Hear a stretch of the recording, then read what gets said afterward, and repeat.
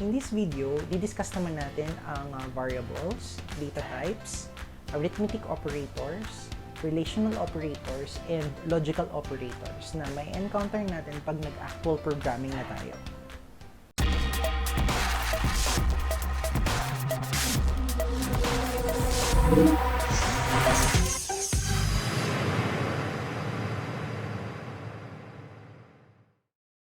First is variables. So, ang variables ay user-defined. Tayo ang nagbibigay ng pangalan sa mga ito para magamit sa ating program. So, for example, nag-a-accept tayo ng input from our user. So, saan natin ilalagay itong mga ito na in-accept from our user? So, sa mga variables na dinefine natin sa ating program.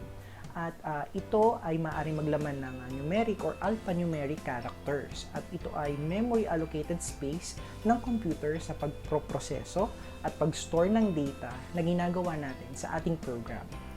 Next is data types. So, ang data types ay maaaring characteristic or type ng mga values na nilagay natin sa loob ng ating variables. So, ito ay maaaring maglaman na katulad sabi ko kanina sa inyo ng mga alphanumeric or numeric characters. Pero maraming mga types of data na pwede nating gamitin. Discuss natin sila isa't isa.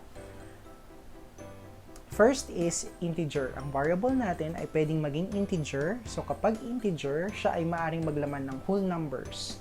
Kapag float or floating numbers, sila naman yung merong mga decimal places or fractional numbers. Character ay naglalaman ng mga single letters or special characters. String is combination ng characters or alphanumeric characters. Boolean naman ay maaaring maglaman ng it's either 1 or 0, 1 being yes, and 0 being no. Now, let's go to arithmetic operators. Ito yung maaaring mathematical operations na maaari natin gawin sa isang program. So, ano-ano yung mga yon? First, for multiplication, we can make use of asterisk sign, division, slash, addition, the plus sign, subtraction, the minus sign, exponentiation, we can make use of the caret symbol, and the modulus division, the percent sign. So, what is the difference between modulus division at saka yung alam natin na division? So, let's have an example. For modulus division, for example, binigyan tayo ng problem na 10% 3. So, that is the value of our A. Magpa-perform lamang tayo ng simpleng division and then we will get the remainder of that division and that is the answer for our modulus division. So, for example, 10 divide 3, the answer there is 3 and then 3 times 3 is 9 and then we will perform a subtraction. So, that is 10 minus 9 is 1. So, yung 1 dyan, yun yung magiging 10 modulus division to 3, the answer is 1. Yung 3 naman natin, yan ang magiging answer for our division or the quotient in the 10 divide 3. So that's the difference between the two.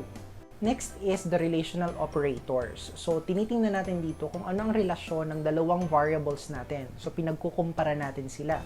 So ano yung mga pwede natin gamitin? First is we can make use of the greater than. We have less than. Equal to, so kapag equal to, gagamit tayo ng double equal sign.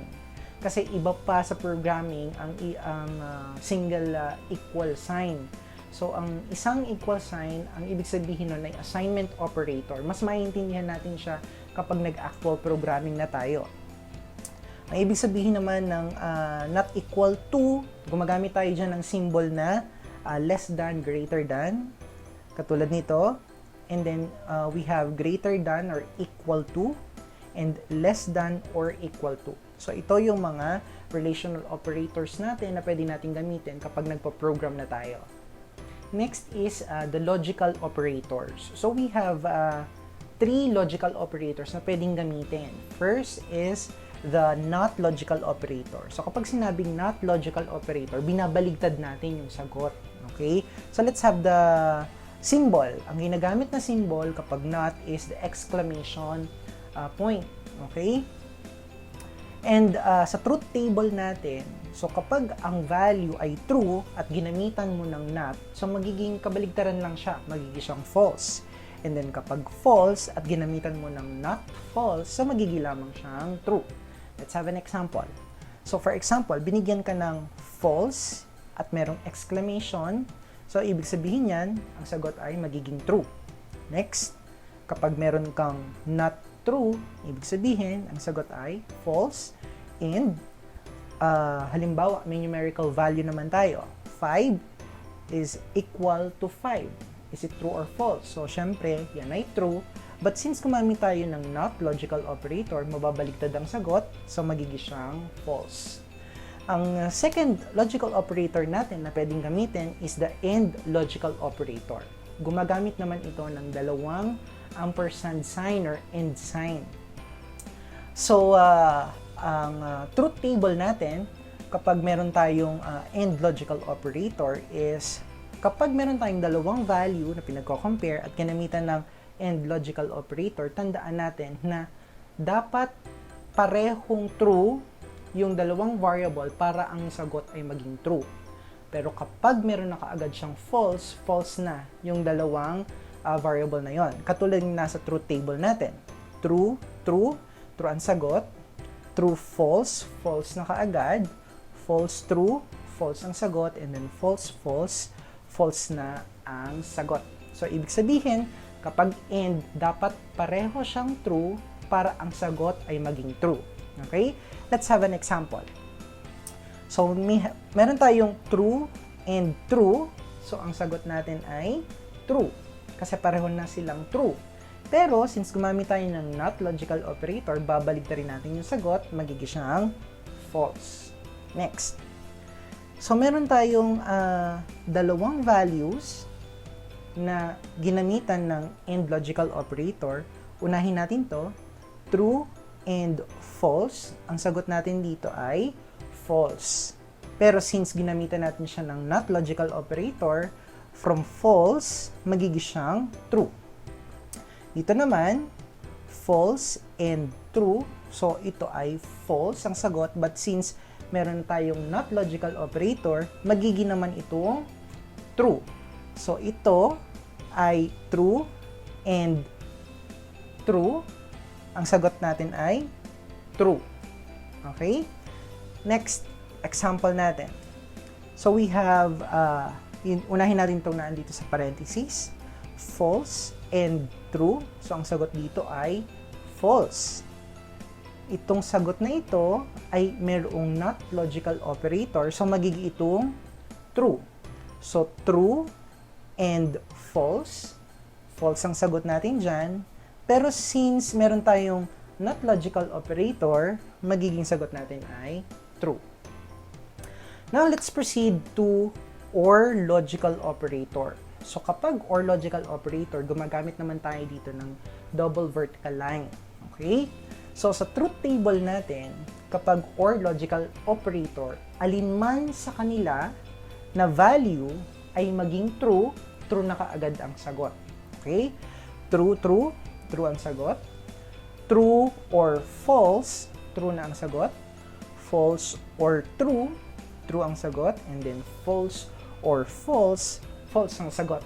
Again, alinman sa kanila ay mayroong true value, true na ang sagot. Let's have an example. False or false. So, ito ay false ang sagot. But since meron tayong not logical operator, magiging sagot natin dito ay true. Next. We have false or true. Ang sagot dito ay true. Kasi meron na kaagad tayong isang true. So, automatic ang sagot dito ay true. Dito naman, true or false. True ang sagot natin kasi meron tayong isang true. But since meron tayong not logical operator, babaligtarin natin yung true, magiging siyang false. So, ito ay true and false. Ang sagot ay false. Kasi and ang ginamit natin dito. Okay? Next. We have, unahin muna natin yung nandun sa maliit na parentheses. Okay? True and true. So, that is true. Okay? But since meron siyang not logical operator, magiging siyang false. false or false. False na ang sagot natin. But since meron tayong not logical operator, babalik na rin natin, magiging na siyang true. Okay?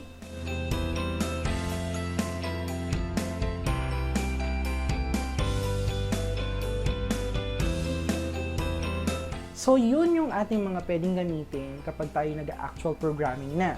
At mas maganda na bago tayo mag-start, ma-practice ninyo kung ano ba yung mga dapat nating gamitin, especially doon sa logical operators para hindi kayo malito. The OR, the NOT, at saka yung AND logical operator. So, susunod na video natin, mag-start na tayo ng programming. So, goodbye for now.